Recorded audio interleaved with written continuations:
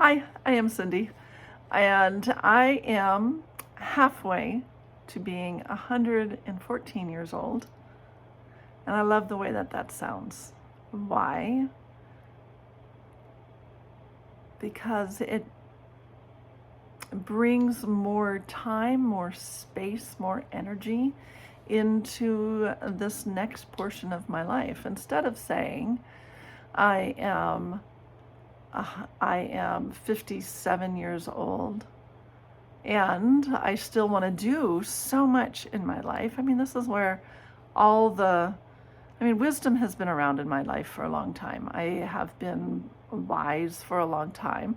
I haven't always known how to express the wisdom, but even as a young kid, I had a lot more wisdom than the folks around me, than the other kids around me. Well, some of the adults as well. Does not mean that I always had a wise life and that I didn't make a heck of a lot of mistakes. And I think if you have wisdom, you've had a lot of mistakes in your life. I have not lived in a bubble. I have lived fully.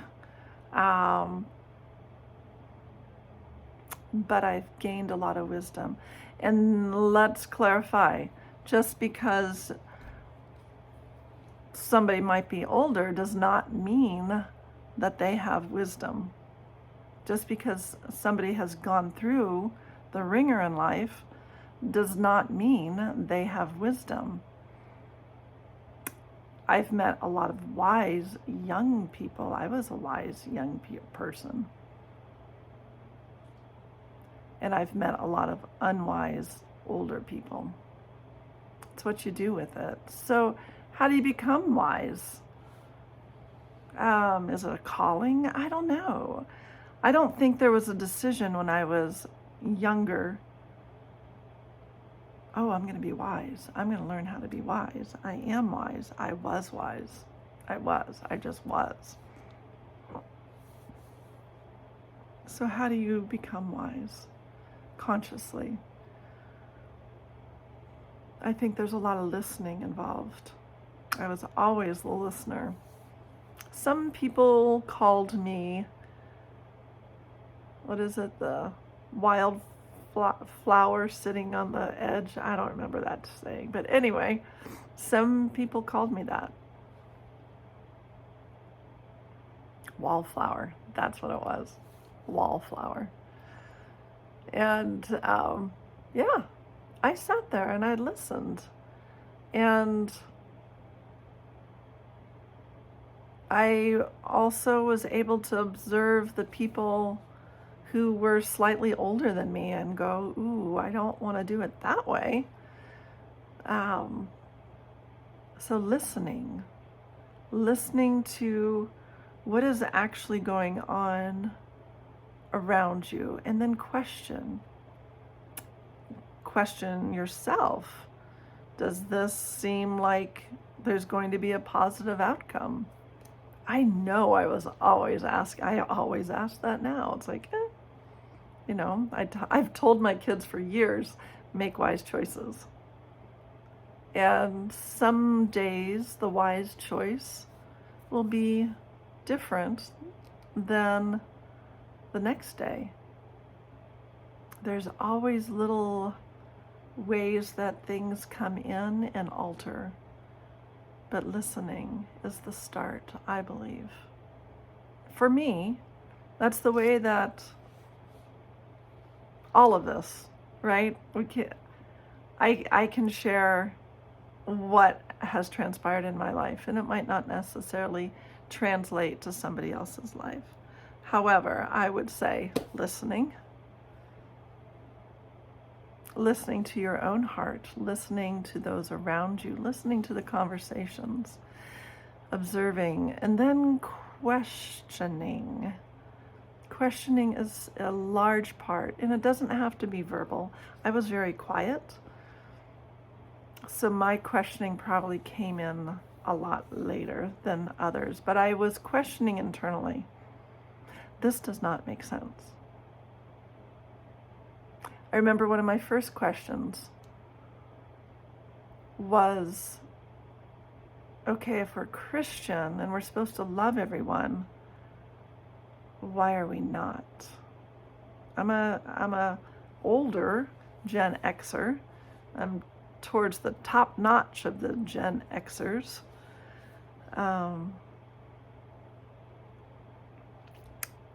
And life was very different. You would go to church and everybody went to church.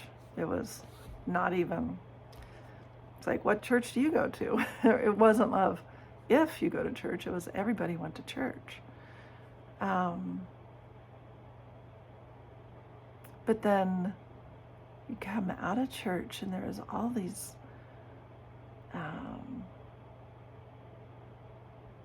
opposite things happening compared to what was just talked about and what everybody was behind, going, yay, amen, They will know we are Christians by our love.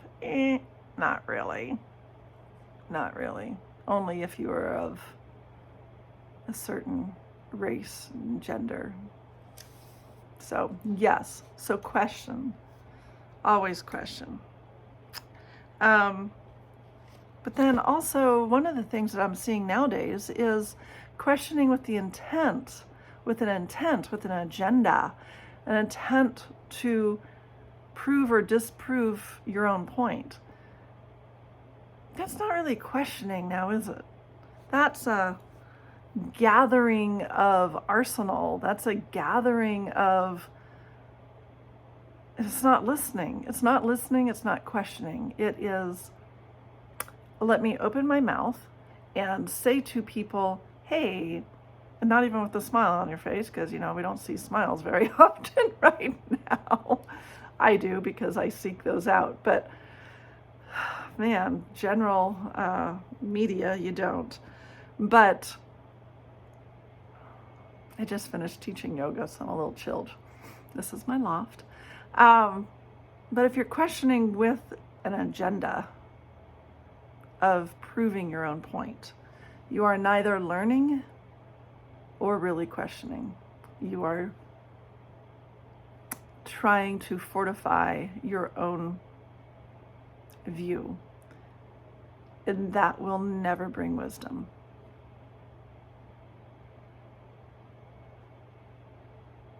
It won't. It will never, ever bring wisdom to do that. If you wish for wisdom in your life, your heart is open, your ears are open, your mouth is shut a good portion of the time. And you ask. You ask. What do you ask? Here's a great one to start. How are you today? And wait. And they'll say fine. And you wait. It's like, what makes your day fine? How about if we up it up and make it a great day? What would it take for your day to be great? So I ask you, what would it take for your day to be great? Start listening to your own interior. Apply the same things that you learn to your own self. Find the wisdom inside of you. And I'll tell you now, it's not religious and it's not political. Find your own wisdom within you. And you will find a huge amount of peace and love, first for yourself, and then for others. So work on growing your wisdom. I think, honestly, I didn't realize how wise I was. People would tell me that. It's like, ooh, you have an old soul. It's like, yeah, I do. But I didn't realize that I was wise, and God, it makes me sound so old, until about 20 years ago. And I really started paying attention to that at that point in time. What have I done to nurture it? Learning, constant learning.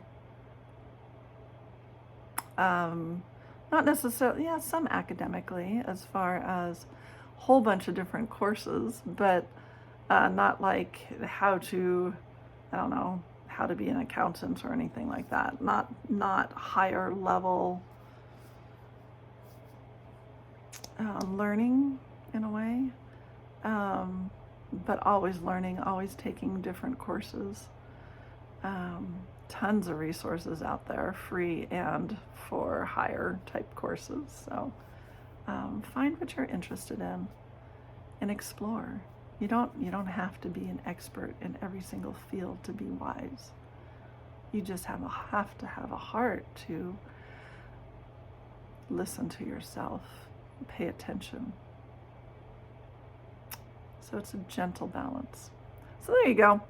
That's what I have to say this morning. I need to bop down, get some nutrition into my system, and really start making this day great. All right, till next time. Bye.